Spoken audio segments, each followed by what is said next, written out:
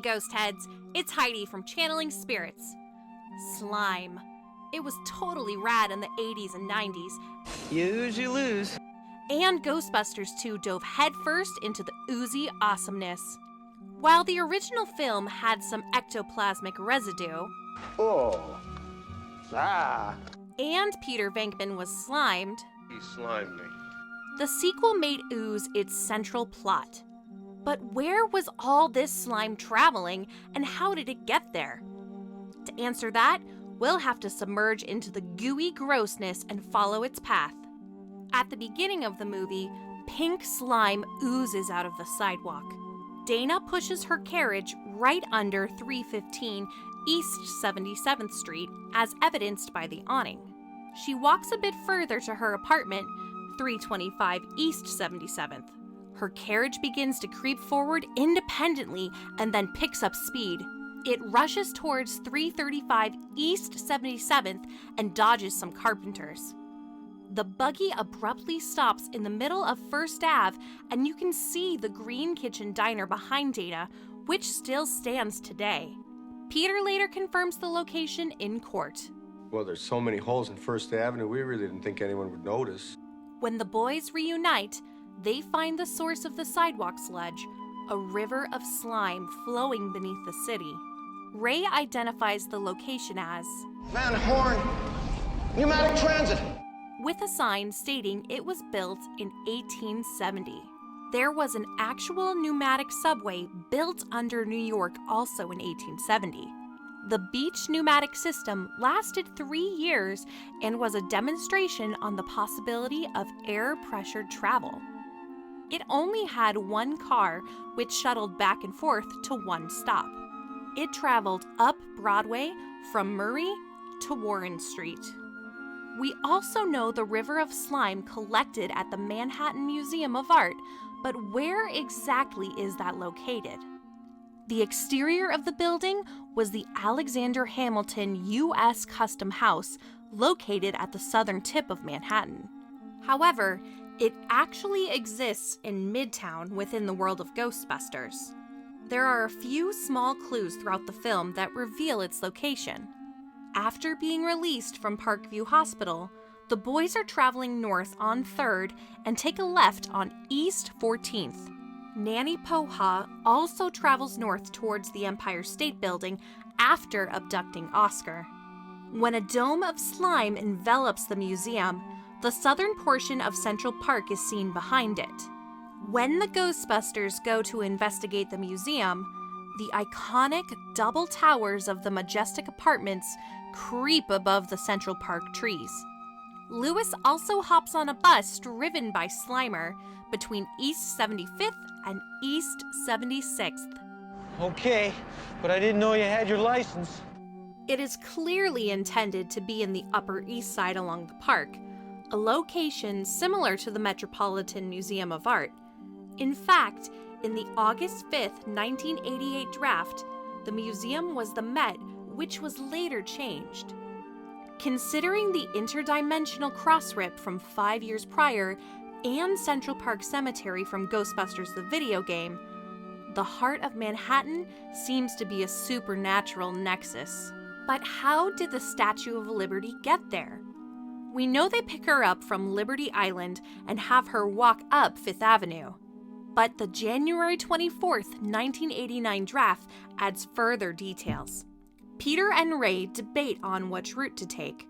Ray thinks it's best to stay in the channel, entering on 59th Street to First Ave until 79th, the location of the real-world Metropolitan Museum of Art. Peter argues to stay in the channel until 72nd Street and go straight up 5th. It actually has them walk down Broadway to Times Square, but then go to 72nd and turn the corner onto 5th, given the time constraints. We're running out of time, Ray. Can't you go any faster? I doubt that they would take such a roundabout path. Considering the final film has Lady Liberty turn from 54th Street onto 5th, that seems like where they emerged from the channel and walked up 5th to the museum. During the montage, several locations have psychomagnetheric slime emerge, including a theater and a sidewalk grate. This cinema is located not too far from the Sedgwick Hotel at 1567 Broadway. The mink coat crawler scene was filmed in front of the Biltmore in LA, but the February 27, 1989 draft said the incident happened at 59th and 5th. The original film asserts that the collective negative energy of New York has somehow materialized to become this psychoreactive ooze. See, what we're trying to tell you is like all the bad feelings, all the hate, the anger, and violence of this city is turning into this sludge. Ghostbusters the video game retconned that idea.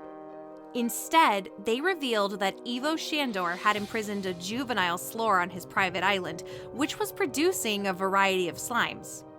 There's blue slime, pink slime, yellow slime, but every ghost in here is coated with black slime. The pink slime was being funneled into the city to fuel the psychokinetic energy of Gozer's arrival.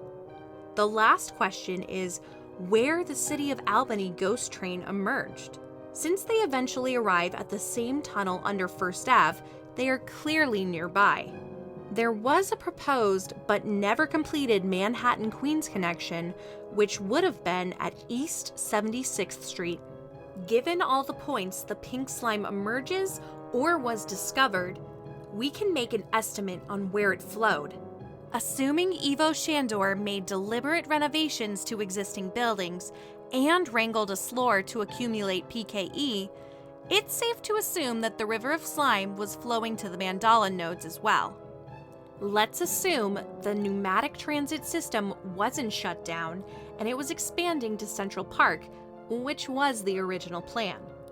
Extending it up West Broadway until Washington Square Park is where this Class 6 appeared. It continues to travel up 5th until Broadway, where it splits. The western route travels up to Times Square before splitting again at 46th Street. This would take it past the Sedgwick Hotel and then into Shandor Island, the source of the slime. The other route would continue up Broadway past the site of the Cinema Spectre until Central Park West. Traveling north, it flows past Spook Central and the Natural History Museum. The eastern route continues directly up Fifth Avenue. This passes the New York Public Library and is nearby Orifor's Crystal Gallery, where this Class 1 was levitating glassware. The novelization by Ed Naha describes it as a high-priced store on Fifth Avenue. But the location the final film used was much further away. Continuing up Fifth, the novelization describes the Pulitzer Fountain suddenly began to change color. And at the nearby Plaza Hotel, a posh patron had their mink coat possessed. This scene was actually filmed in front of the Biltmore in LA, so a case could be made that she was in front of the Sedgwick, but we like the Plaza. New York's most exciting hotel experience. The novel also includes a scene at the newly renovated Central Park Zoo, where a pterodactyl attacks a zookeeper after closing, which is also near Fifth. Is this a big dinosaur or a little dinosaur? Further north, we have the museum, and beyond that, the jogging ghost who was in the southeast quadrant of the Jacqueline Kennedy Onassis Reservoir.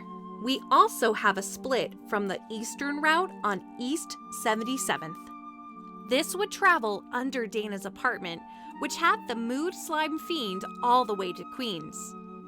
It was this tunnel the boys dug up on First Avenue. But what do you think of our route? We'd be happy to discuss if you disagree. Oh, yeah? Yeah. Well, anytime. Come on. Right now. It's go time, man.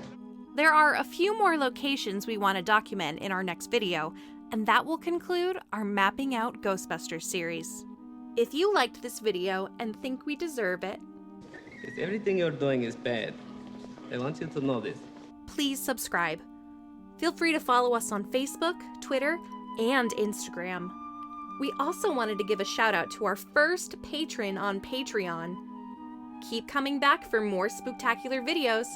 I'm Heidi with Channeling Spirits, and thanks for watching. Hey, man, let me tell you something. I love you. Yes? Yeah. Well, I love you too.